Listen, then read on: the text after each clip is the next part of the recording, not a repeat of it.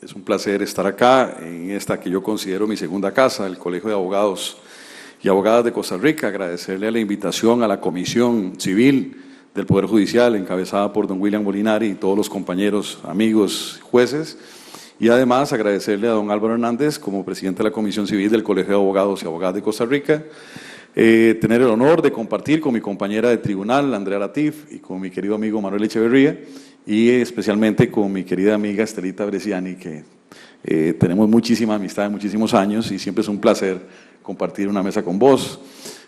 Agradecer la presencia a todos los amigos jueces y juezas, a todos los amigos litigantes que están presentes también, y en especial un saludo a todos los compañeros auxiliares del tribunal que hoy también nos acompañan y hacen el esfuerzo de estar acá presente.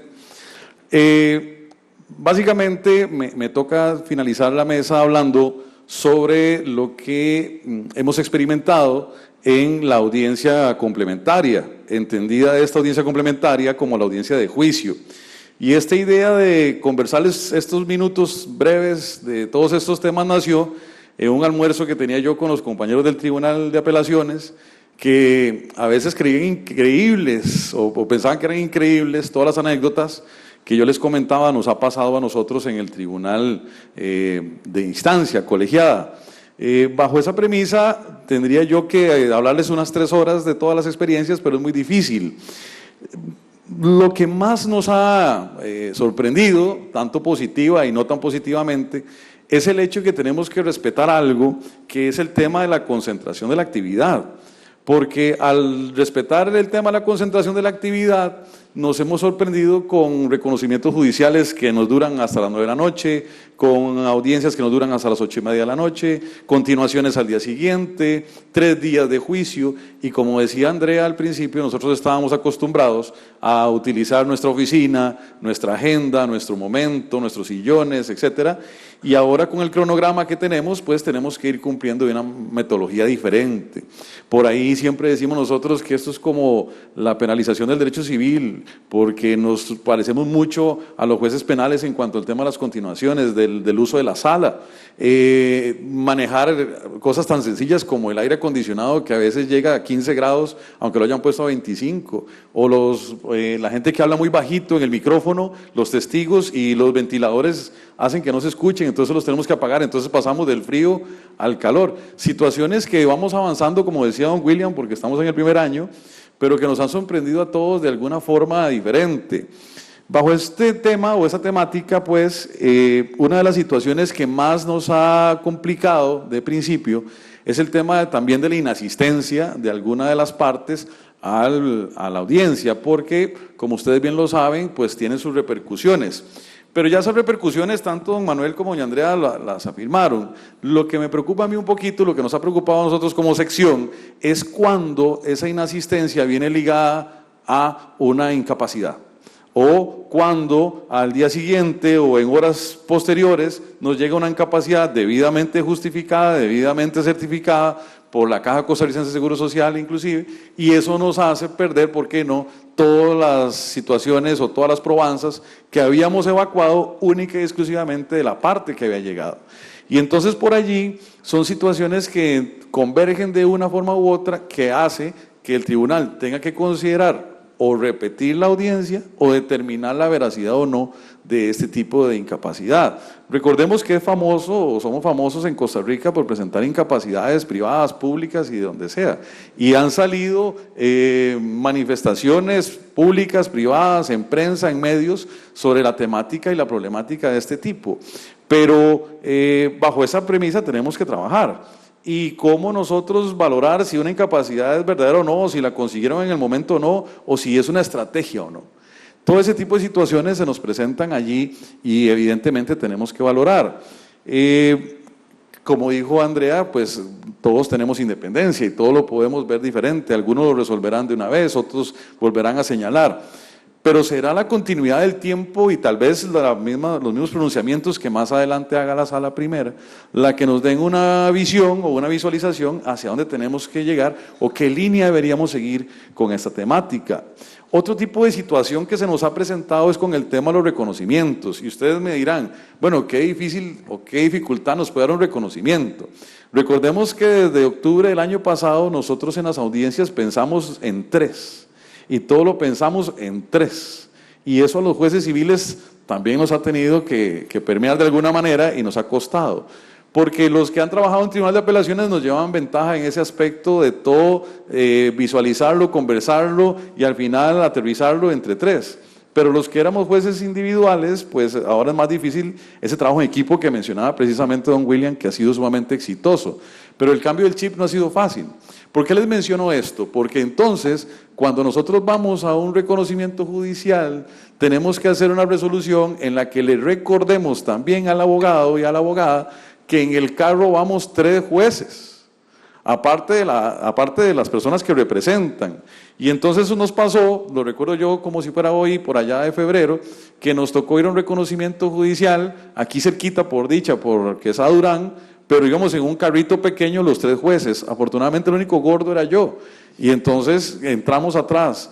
Pero entonces luego el litigante estaba buscando un Uber X y después XL, y después me decía, uy no, pero no puedo mandar a los jueces en un Uber que no es legal. Y entonces era toda una interpretación sobre el tema de cómo nos trasladábamos. Por allí teníamos un señalamiento que había que ir a Jacó, y entonces había que quedarse por lo menos 2 días. Bueno, ¿quién va a asumir el gasto de los 3 jueces 2 días? Si los vamos a llevar a unas cabinitas, si los vamos a llevar a un hotelito de 3 estrellas, de 5, si lo vamos a pasar a comer pescadito con cevichito, si vamos a aceptar el pescadito o no, si se puede o no se puede. Todo ese tipo de situaciones, evidentemente, con el código anterior ya estaban resueltas, pero con la nueva legislación y con los temas actuales que permean nuestra profesión, desde transparencia, honestidad, visualización de redes sociales, etcétera, pues el tema se complica. A mí me pasa mucho que por las situaciones que yo he vivido, gracias a Dios, en el tema de la abogacía, pues conozco a muchos abogados litigantes, y entonces por allí alguien me dijo, bueno, ¿y qué pasa si vas a un reconocimiento y ese abogado te invita a comer y aparte esos amigos suyos en Facebook? ¿Será eso una situación para inhibirse, para no conocer el proceso? Hay un montón de situaciones que solo pensar en un reconocimiento judicial nos cambia la perspectiva. Imagínense ustedes que a ese reconocimiento judicial tiene que ir el perito, que es un tema que ya voy a tocar. Pero si el perito no llega, entonces ya nos truncó todo lo que es el reconocimiento. Y le pasó a algunos compañeros por ahí en alguna situación que el perito llegó, pero llegó sin un instrumento básico para la medición. Y estaban por allá por el sur y el hombre tenía que volverse casi hasta Coronado. Eran 2 horas y de vuelta. Y bueno, tuvieron que esperarlo, porque era eso o perder 3 meses por el cronograma de fijación de audiencias. Cuando hablamos de este tipo de situaciones, son cosas que solo nos pasan in situ. Y hay que valorar cómo se solucionan. Aquí el código, evidentemente a mí me encanta, los redactores que son amigos y que todas las personas que participaron en eso hicieron lo mejor posible, pero claro, es imposible visualizar todo este tipo de situaciones. Y es allí donde nosotros como jueces y ustedes como abogados litigantes debemos hacer uso de aquel articulito que nos habla del deber de cooperación. En la medida de lo posible, que ese deber de cooperación sea recíproco entre todas las partes, no solo entre las partes que están litigando, sino también con la judicatura, el asunto camina. Es cuestión de ponerse de acuerdo, es cuestión de ser flexible, es cuestión de hacer propuestas inclusive, y por qué no salir adelante. Imagínense que es esperar a alguien que tenga que volverse a Coronado y regresar a Lindora. Es un tema de apoyo mutuo. Ahora bien, menciono esto del tema de los peritos, porque ese es otro tema importante que nos ha pasado a nosotros en las salas de audiencia, en las audiencias complementarias. Y es que, como ustedes bien lo saben, el tema del perito se mantiene igual en cuanto al nombramiento, igual ante la fijación de honorarios, igual ante la fijación como probanza, etcétera, pero tiene una modalidad diferente en audiencia. ¿Cuál es? Que lo vamos a llevar, que lo vamos a escuchar, que le vamos a hacer preguntas, que le vamos a absorber posiciones.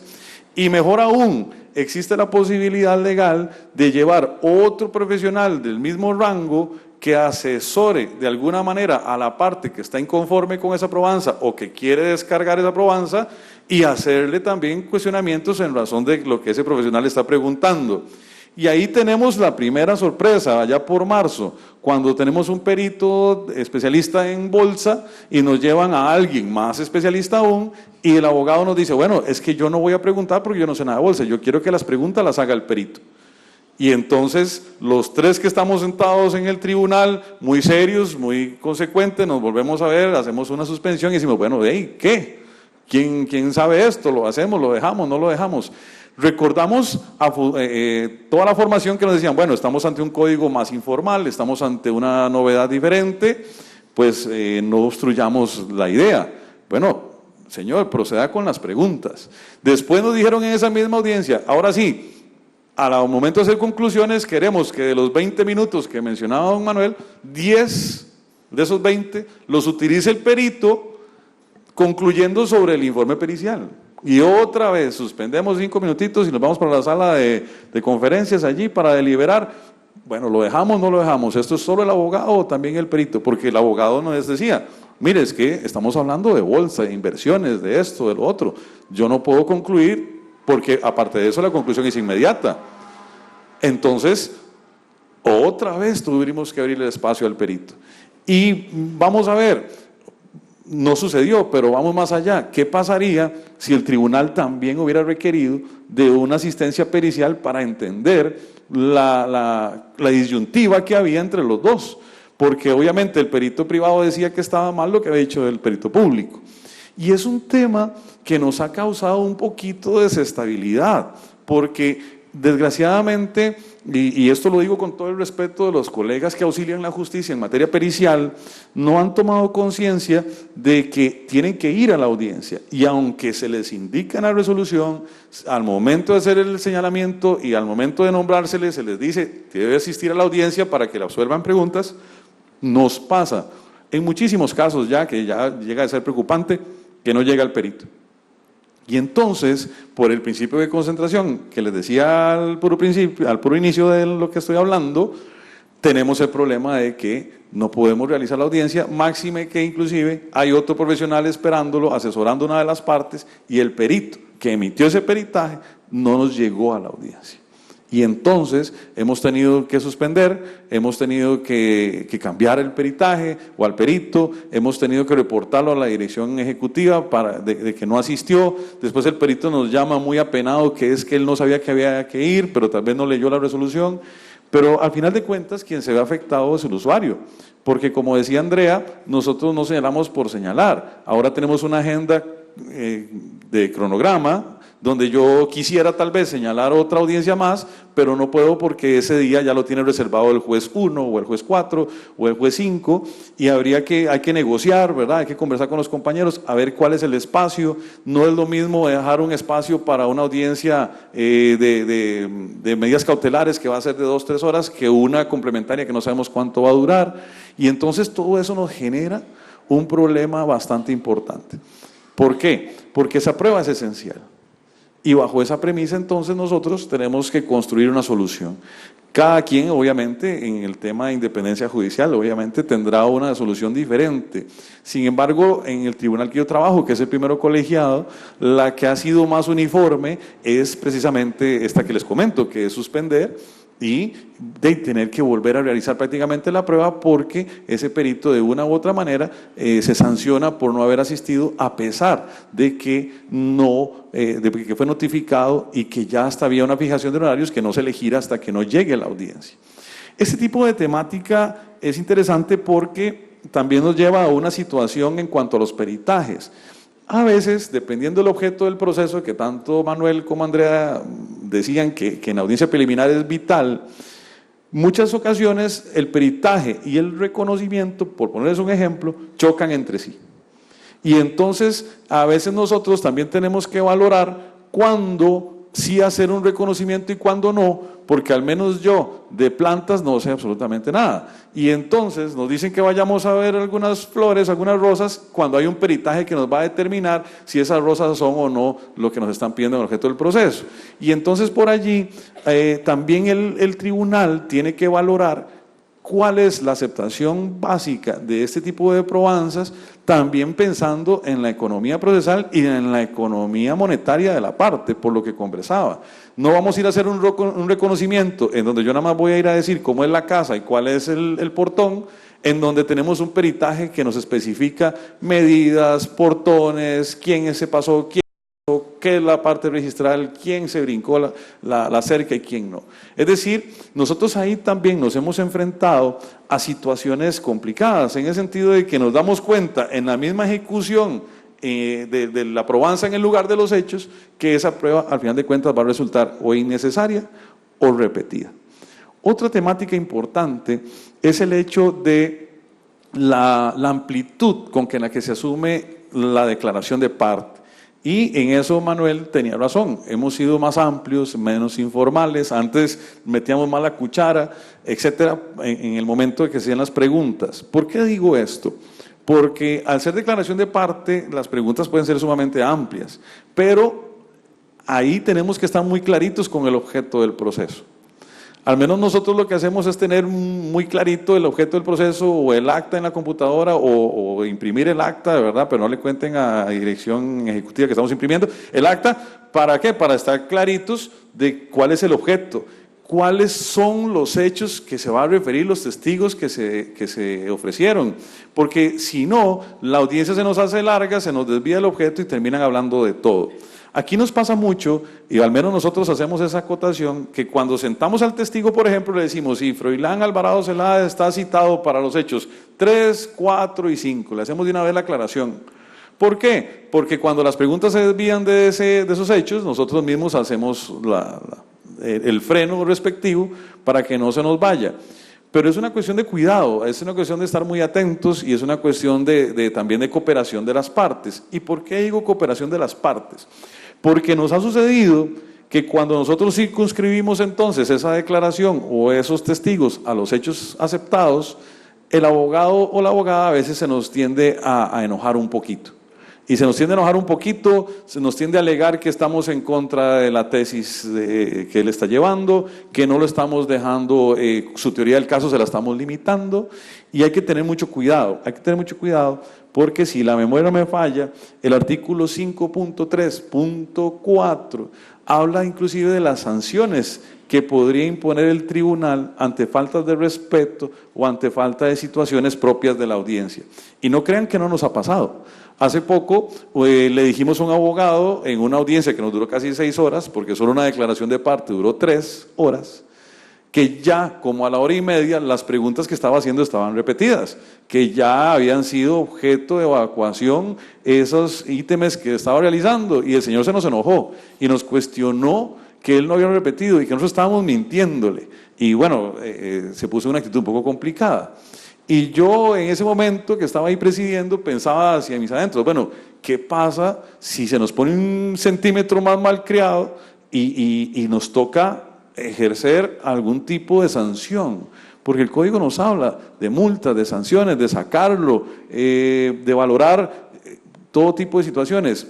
La pregunta más efectiva, bueno, ¿lo sancionamos nosotros o hacemos lo que hacen los jueces penales y contenciosos, que es transmitirle la situación con las piezas respectivas a la Fiscalía del Colegio de Abogados, para que sea la Fiscalía del Colegio de Abogados la que valore si hubo una falta de atención a los deberes de la ética y la moral? Y entonces, todo ese tipo de situaciones son parte de ese conglomerado de experiencias, de situaciones que nos van sucediendo poco a poco en estas audiencias complementarias. Insisto, yo creo que aquí el tema está en el deber de cooperación ida y vuelta, tanto de las partes como de los litigantes, en el sentido, y de los jueces, en el sentido de que las observaciones, las gestiones, las cuestiones que se van presentando, hay que acelerarlas, pero verlas también de una manera respetuosa. Ya para finalizar el tema de las conclusiones, don Manuel se quejaba y decía, bueno, 15 minutos, 20 minutos, 25 minutos. Es un tema complicado. Nos ha pasado que nos piden inclusive réplica de la conclusión del demandado o réplica de la conclusión del actor, que es algo que obviamente no se permite. Creo que por allí el tribunal tiene que tener amplitud en el sentido de valorar el tipo de objeto de proceso que está observando, valorar suspender, inclusive por algunos minutos, para que las partes puedan organizar sus ideas. A nosotros nos ha pasado que hemos suspendido 20, 25 minutos, 15, para que la parte organice todas las ideas, porque eran 8 testigos, 3 declaraciones de parte, un peritaje, un reconocimiento judicial, y nada nos cuesta, insisto, por ese tema del deber de cooperación, y para un resultado más efectivo y un conocimiento mejor de lo que es la certeza jurídica, de lo que estamos valorando, pues que todas las partes se sientan debidamente satisfechas en cuanto a su derecho de defensa y en cuanto a su derecho de accesibilidad a la justicia. Con esto finalizo mi intervención, antes de que Estelita ya me saque la tarjeta roja, sin antes agradecerle de verdad aquí públicamente a la Comisión Civil, representada por don William, Farid, Cristian, Ingrid, todos los compañeros de la Comisión Civil, Adriana, Graving, y los administrativos también, ¿verdad? Fabricio y compañía, porque ustedes no saben la labor que hacen. Hay que llegar a los tribunales y a las salas de audiencia para darse cuenta, por lo menos en infraestructura, que es lo que uno ve, el resultado que ha tenido, y también por dentro todo lo que han trabajado, y de verdad que siempre nos da un acompañamiento bastante importante. Yo como coordinador del tribunal sé lo que les estoy hablando, y sobre todo, ya para finalizar, quisiera que me faltan 30 segundos, agradecerle a mis amigos, los auxiliares que tengo allá en el tribunal, porque ustedes tal vez no los conocen, pero esos son los seres invisibles de esta reforma, son las personas a las que les damos 20, 30, 40 directrices en un mes, les cambiamos los muñequitos de una semana para la otra, los ponemos a hacer informes, remesas, etcétera, y siempre lo hacen con muy buena actitud. Si ha caminado como ha caminado, creo yo, de manera exitosa, con la morosidad del caso, pero es imposible en algún momento contenerla, es por la disponibilidad y buena disposición de todos los muchachos y muchachas que hacen un esfuerzo maravilloso para que todos ustedes tengan una buena gestión y, como dijo don William, sobre todo una gestión de calidad. Muchísimas gracias.